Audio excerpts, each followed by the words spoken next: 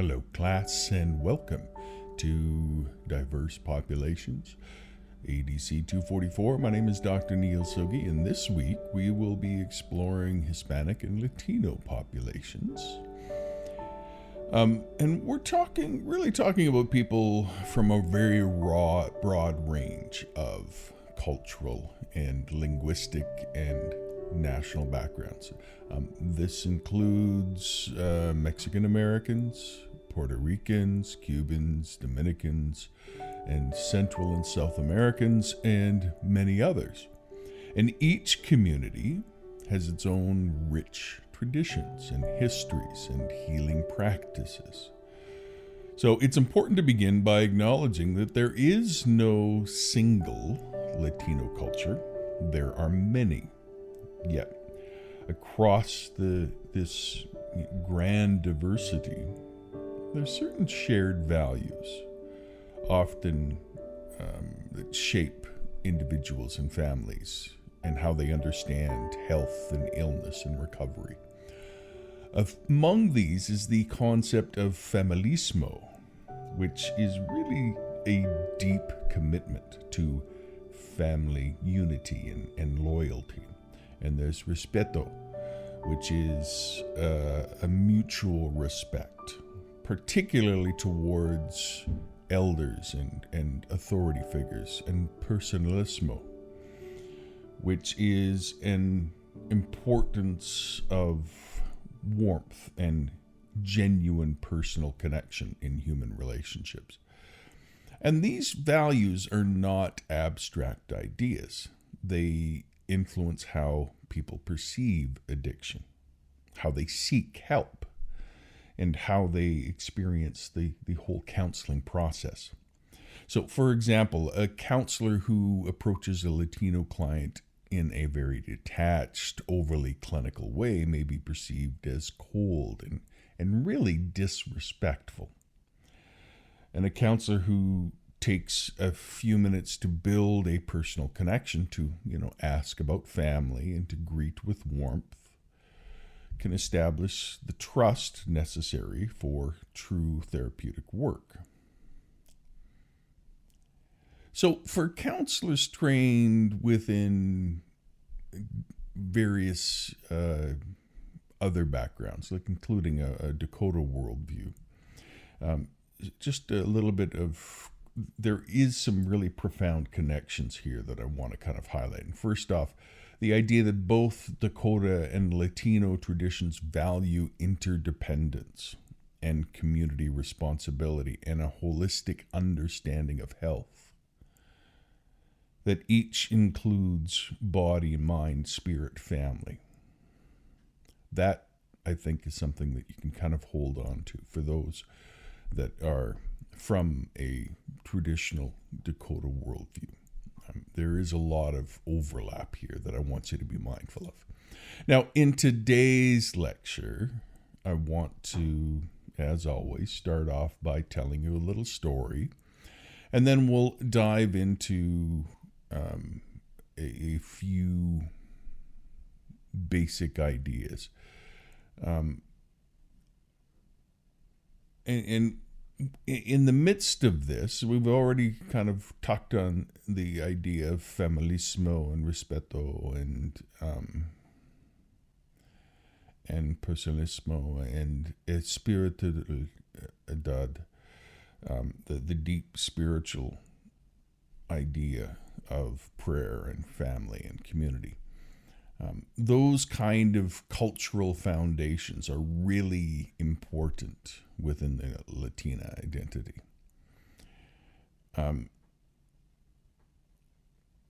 And the next thing is I want to look a little bit at, what are some barriers and strengths in addiction treatment. And a lot of the research across the United States has shown that Hispanic and Latino clients face a really disproportionate barrier to treatment. There's the language barrier. There's a shortage, really, of bilingual counselors. There's financial limitations. There's fears related to immigration status or documentation. And beyond the structural barriers, there's also cultural barriers. There's the stigma associated with mental health or addiction. There's a great deal of shame that comes along with that because you're representing your family and everything that you do. And if you're struggling, well, then that puts some shame on your family. And then finally, we'll look at some culturally adaptive and evidence-based practices. Particularly look at Spanish-based motivational interviewing and brief strategic family therapy as a few basic ideas, as well as looking at standards for culturally and linguistically appropriate services, which is kind of a federal framework guide for healthcare organizations. Now,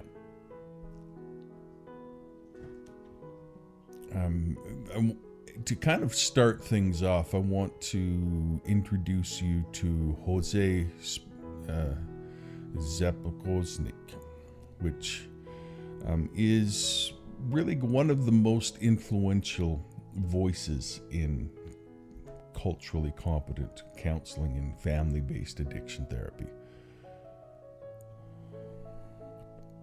He was born in Havana, Cuba in 1948, and he immigrated to the United States as a child during a real period of political upheaval. And his early experiences of displacement and cultural adjustment and the tension between traditional family values and American individualism really kind of helped shape his lifelong interest in families and how they adapt to change. Now, in the 1970s and 80s, he began working with Cuban immigrant families in Miami who were really struggling with intergenerational conflict. And many of these families had fled Cuba with strong patriarchal structures and collective values and deep spiritual traditions. And when they arrived in the United States, they were faced with a new cultural reality. Their children often learned English first. They absorbed American values and began to challenge traditional family hierarchies. And a few things that he recognized were that there were some critical issues that went along with this. First off, addiction, then delinquency, and behavioral issues. And these were really considered to be symptoms of cultural disconnection, not just individual pathology. And the problem wasn't just within the person, it was within the family system as it tried to kind of reconcile the two cultural worlds. And this insight became kind of his foundation for brief strategic family therapy, which is kind of recognizing that there needs to be a bridge between cultures and healing systems. And so brief strategic family therapy is really based on the idea that the family is both the context and the cure. It integrates some principles from strategic or systemic family therapy with some Latino cultural values such as familismo and respeto, the whole idea of family and unity and loyalty and respect within family hierarchies. And so he taught that when one member of a Latino family struggling with addiction, it's not simply a personal failing. Instead, the addiction represents a relational imbalance, a disruption in family communication and respect, or role functioning. And healing, therefore, requires restoring the family's balance, not isolating that individual. And so brief strategic family therapy's work is really to identify some maladaptive interaction patterns within families, such as avoidance and criticism and silence, and replace those with new behaviors rooted in openness and trust and empathy. And the therapist takes a very active and very directive stance here, but always within the framework of cultural humility and respect for elders. So he and his colleagues worked at the University of Miami's Center for Family Studies to really build a rigorous empirical research around this approach. And this has led to this being a kind of our first culturally adapted evidence-based intervention that was recognized by the U.S. Department of Health and Human Services. And from there, he also helped to kind of elicit a call across the nation for cultural adaptation science to take existing therapies and help reshape them so that they better fit diverse cultural contexts. And so he's done a lot of things for mental health counseling and for addiction counseling, and his legacy really does carry on. So a few things that you can kind of get out of his work are this.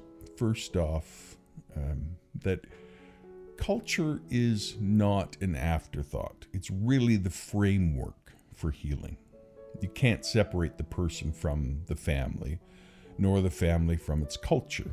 And finally, that therapy needs to honor both evidence and tradition. That you need to follow the evidence and what works, of course, but at the same time, you need to figure out how to honor cultural wisdom in the midst of that process. So, when we talk about multicultural counseling, we're not talking about a separate branch of counseling. We're talking about really about a paradigm shift, a transformation in how we understand human behavior and healing and relationships. Because in traditional Western kind of colonial psychology, the counseling relationship was often imagined as a private dyadic encounter. One counselor, one client, focused largely on internal thoughts and behaviors.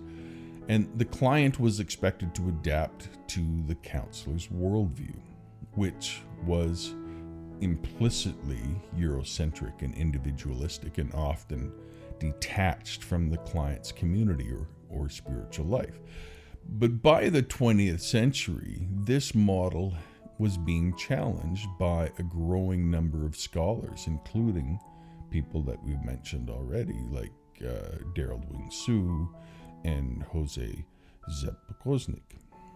And they argued that healing cannot occur in isolation from culture. And so we have this movement of multicultural counseling competency, that whole framework. And within that, I just kind of want to touch on a few key ideas, because there's some interrelated dimensions of competence that we need to kind of be mindful of when we're kind of using this framework. First one is the idea of awareness, that understanding one's own cultural identity and your own biases and your own social position. And oftentimes this means recognizing aspects of privilege and ethnicity and gender and class. All of those shape the counseling dynamic. Second, the idea of knowledge, that actively learning about the client's culture, their worldview, their traditions, and their historic experiences of oppression and resilience is an important part of the process. And then finally, skills, that we need to develop the ability to apply that awareness and knowledge through culturally responsive interventions and communication styles. So let's kind of take this context, this idea, into the context of Hispanic and Latino clients. We need to, on the idea of awareness, we need to acknowledge that many Latino families experience bicultural tension. They have the stress of navigating two cultural systems simultaneously. And as a counselor, we need to reflect on our own reactions to collectivism and spirituality and hierarchy within family structures. And also recognize that knowledge is more than memorizing cultural facts. It's about learning directly from the community. It might mean listening to stories, attending community gatherings, or learning a few phrases in Spanish to show respect and willingness to connect. And then, of course, skills, being able to adapt interventions to honor the cultural frameworks. And so this brings us to the idea of cultural adaptation theory, which is the idea of merging evidence-based treatments to make them relevant for specific cultural groups. And there's a researcher by the name of Guillermo Bernal who did a lot of research on some existing therapies, particularly motivational interviewing and cognitive behavioral therapy. And he kind of came up with a model for 8 dimensions of cultural adaptation. The first one being language, that one of the key things is to allow the client to use their preferred language, not just have a translator. Second, to recognize that not every person is going to connect with another person. So there needs to be a good match between people, between the counselor and the client and their identities if possible. That we need to understand and be able to use appropriately metaphors. So basically incorporating culturally meaningful symbols or stories or spiritual references. That content, so basically weaving in cultural values such as familisimo or spirituality becomes very important here. And the idea of concepts, that we need to ensure that psychological concepts make sense within the client's worldview. And so there's a lot of things that really go into multicultural counseling that I think we need to kind of be mindful of as we move through this process. So now let's just examine the theories guiding and kind of move beyond the theories that guide frameworks for multicultural competence and cultural adaptation and cultural humility. Because, the theories give us the why, but they don't give us the how. And so as addiction counselors working with Hispanic and Latino clients, your task is to make the counseling room a space where clients feel seen and respected and empowered to bring their full identities, not just their struggles, into the healing process. And this means that every element of your practice, your words, your tone, your methods, and even the way you structure sessions should reflect cultural attunement. You're not just treating addiction, you're supporting a human being whose experience of culture and family and migration and faith and language are intertwined with their recovery journey. So one of the cornerstones of Latino counseling practice is trust. Many Latino clients come from collectivist cultures where relationships are formed gradually through shared experience and warmth. They may be cautious of personal distance, particularly if previous experiences with institutions like healthcare, government, or immigration have been marked with bias or fear, which is very often the case. Your first goal, therefore, is not assessment, not diagnosis, not goal setting. It's just simply relationship. Instead of opening with client questions and clinical questions, open with some general and genuine conversation. it's not necessarily small talk, it's relational talk. Tell me about your family. Who supports you? How do you take care of yourself when things get hard? All of these warmth, empathy, authentic, caring questions can go a long ways to establishing the trust that needs to be there in therapy. And not taking the time for that can harm the relationship significantly. Next thing to do is it's important to acknowledge the ideas of shame and stigma. In Latino communities, addictions and mental health illness carries deep stigma. Clients worry about how their problem affects their family or how it may be interpreted as a moral weakness rather than a health condition. And rather than directly challenging clients' worldview, invite them to reframe addiction in culturally congruent terms.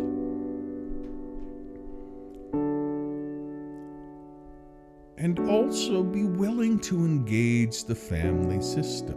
Remember that idea of familismo, that there's a deep sense of obligation and loyalty and identity rooted in family. And this can be a barrier, of course, but it can also be a very powerful engine of healing. And sometimes family members enable addictive behavior out of love or fear of shame. But more often, family is a great natural support for recovery. So recognizing that family therapy can be a powerful approach to therapy is very, very important. Then there's the idea of spirituality. Faith and spirituality are really central pillars of life for many Latino clients. These are not just personal beliefs, but communal ways of finding strength and meaning. Churches and prayer groups and community gatherings often serve as informal support systems for recovery. So as a counselor, don't shy away from language around spirituality. It's important to honor that part of the person. Of course, we don't want to impose, but we also don't want to dismiss. Then, of course, the idea of language. Wherever possible, helping the client find someone who's a fluent Spanish speaker is very, very important.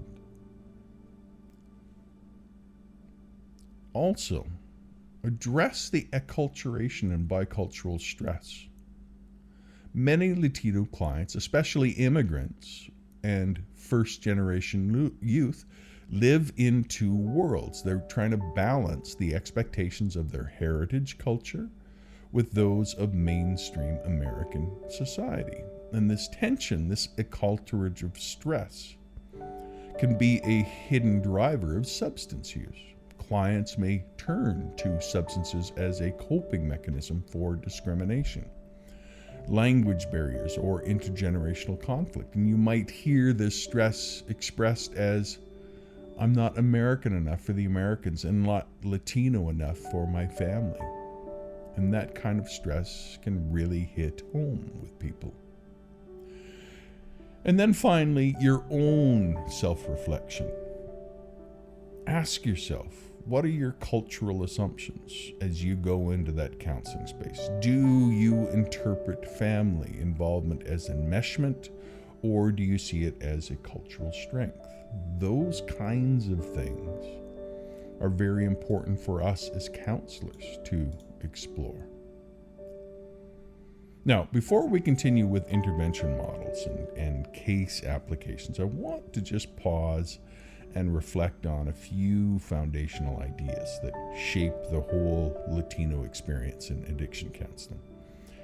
And I'm going to, and I have already repeated these several times, but it's just so important that we need to kind of touch base with these again. The first one is family loyalty, then respect, and then cultural stress. Family loyalty is central. There's a real moral commitment to one's family, both the immediate family and the extended family. And for many Hispanic and Latino individuals, the family is not simply a support system.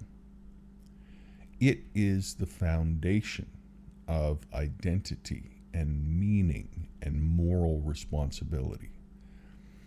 And decisions about treatment and recovery and even disclosure of problems are often made collectively. The collective orientation means that the well-being of the group takes precedence over individual preference.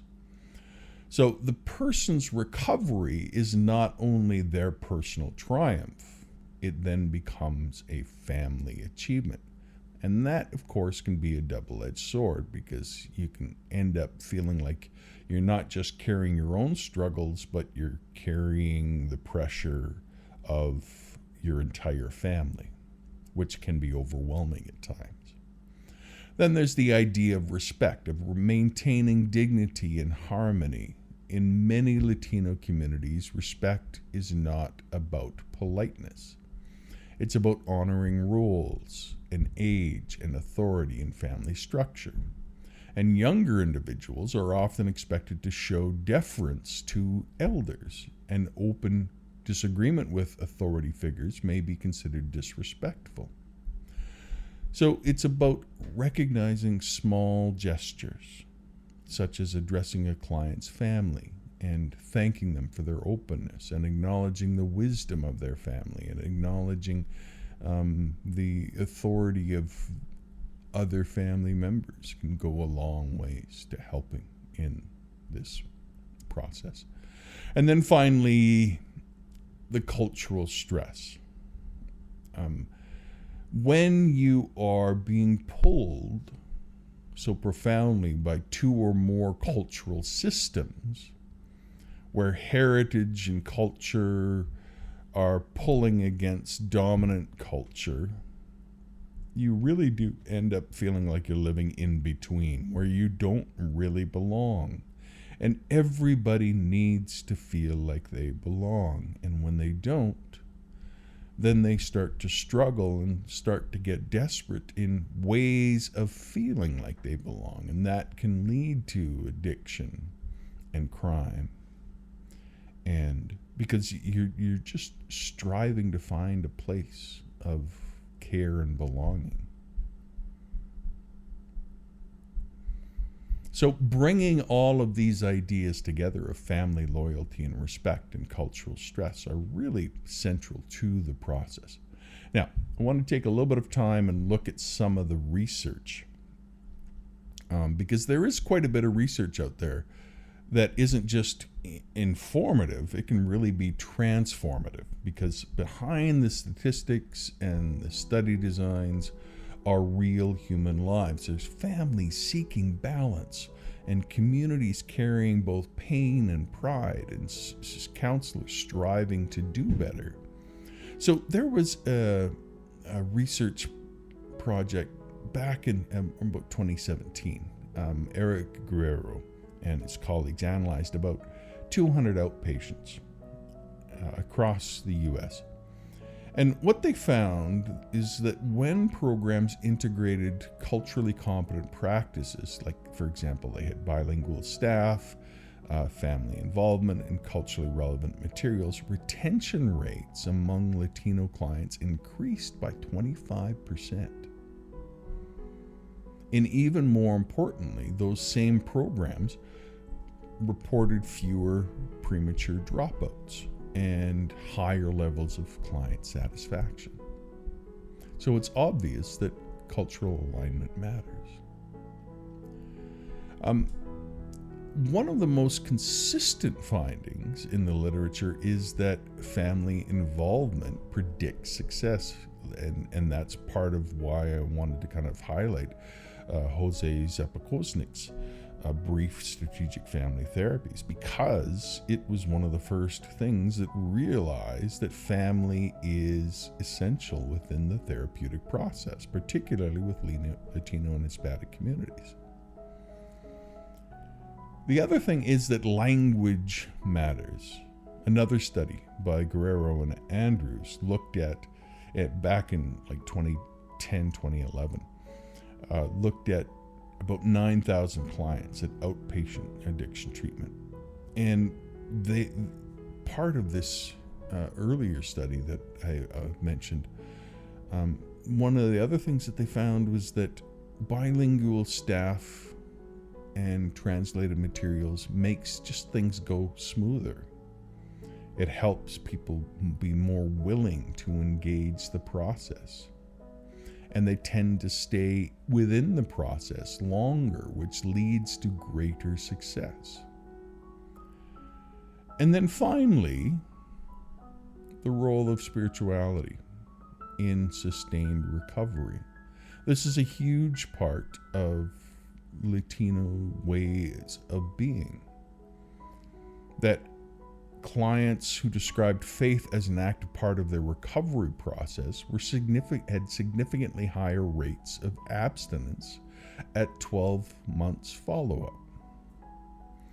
So spirituality, not necessarily religious practice, but meaning-making, the belief that healing connects one to something larger than oneself,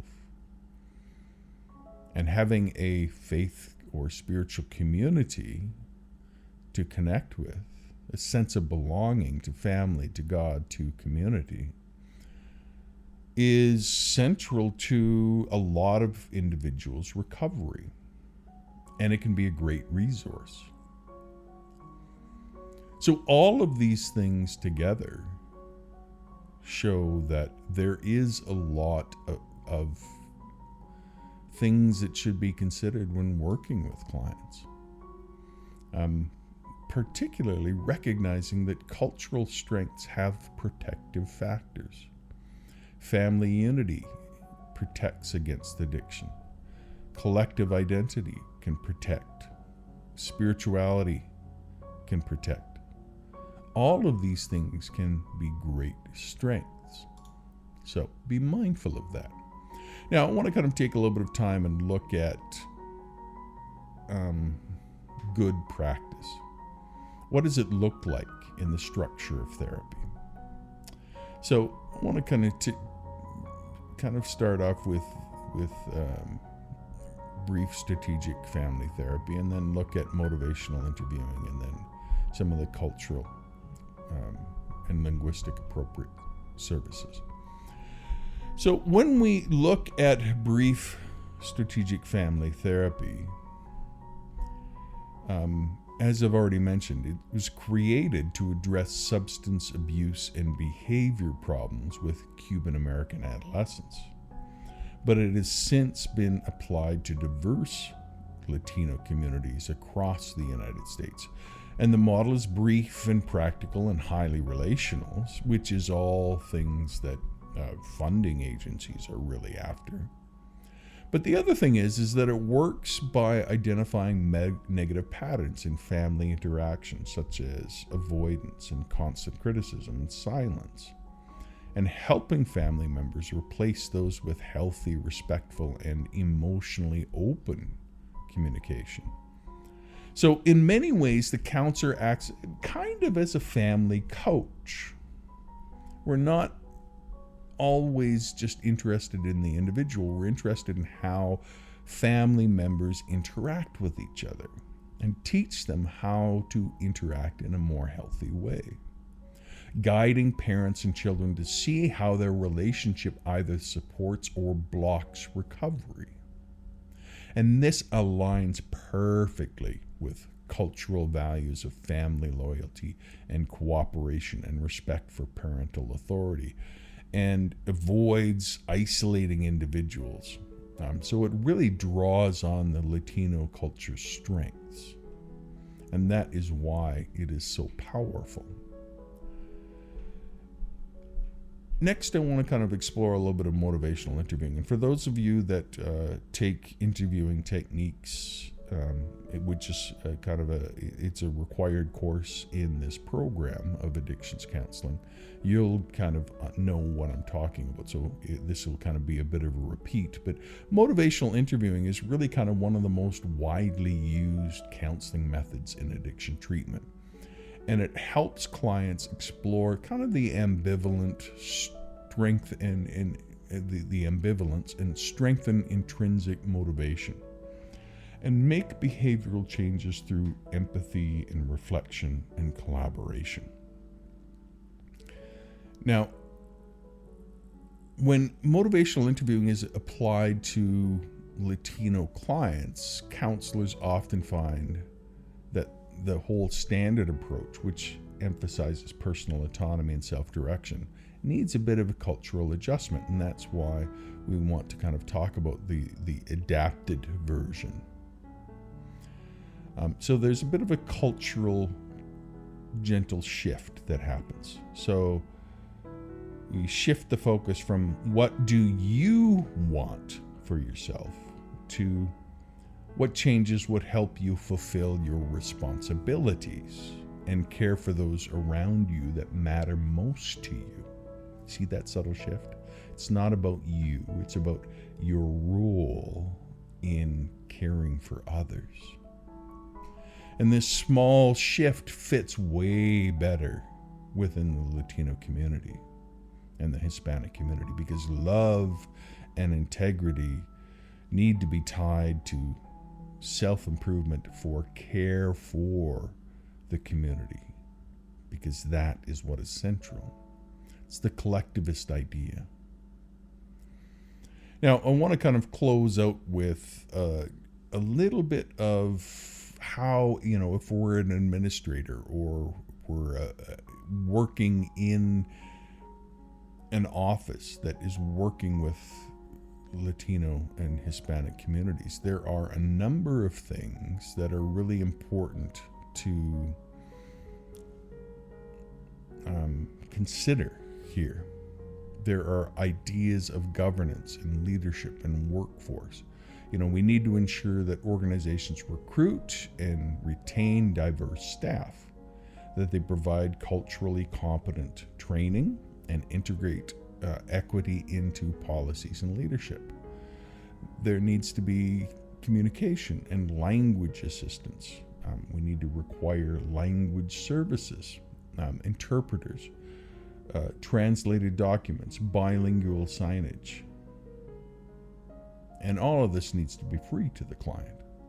And then finally, we need to engage and have continuous improvement and accountability, recognizing that we need to get feedback from the community, from those that we serve, and adjust our approach so that we can move forward.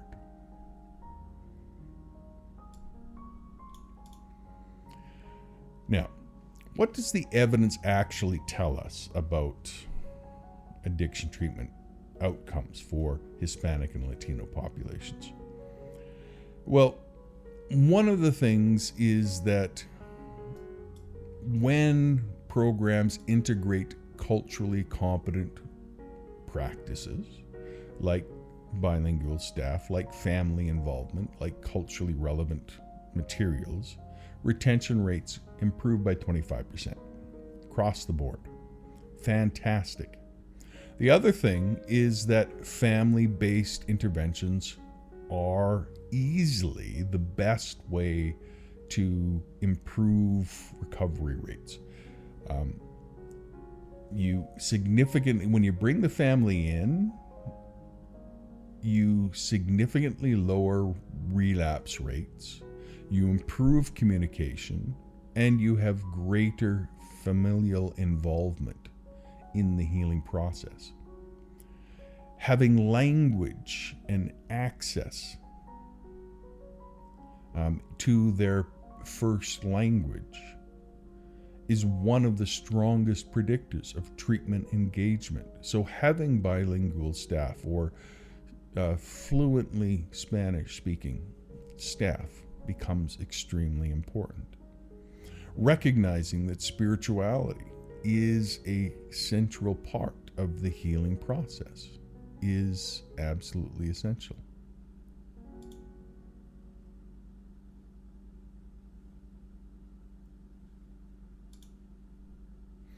Now, let's go on to counseling techniques.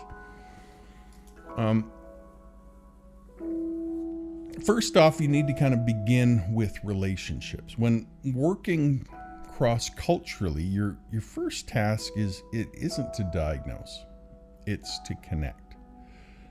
When Latino clients come to counseling, they have a lot of apprehension, especially if this is their first experience with formal therapy or government-based systems. And the best first session begins with authentic warmth.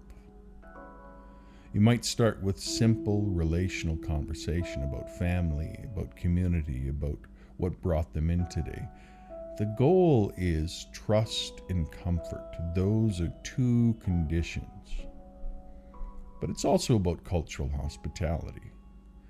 And in there, you're listening for the voice of the family, because the voice is always present. The voice of the family is always present. The family is always present. The clients carry the voices of the parents and the grandparents and the children in their stories. The client might say, I don't want to disappoint my mom, or my wife doesn't understand. All of these things say a lot. So in the recovery process, recognizing and honoring responsibility for others and integrating honor and faith and belonging all become part of the process within that counseling. And I hope that really kind of resonates for you. Now, as we close out our lecture today and kind of move into a bit of a reflection, I just want to kind of review some key themes that we covered today. First one is the idea of familismo, the idea of family loyalty. This is a really deep value that emphasizes emotional connection, responsibility, and solidarity within the immediate family, but also within the extended family. And this whole idea of familismo frames health and success in identity, so it needs to be part of the process.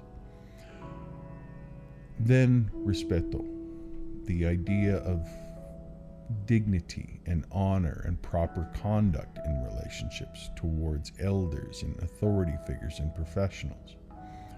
So a client who values respect may avoid direct confrontation and challenge or criticism of others, including the counselor. And if the counselor misinterprets this restraint as passivity, important cultural meaning is lost. The culturally competent counselor listens with patience, invites open dialogue gently, and avoids behavior like interrupting or overly casual speech that could signal disrespect. And then finally, a culture of stress. And this is the idea of the psychological and the emotional strain of being pulled between two cultural systems, where you're trying to balance your heritage traditions with the expectations of the dominant culture.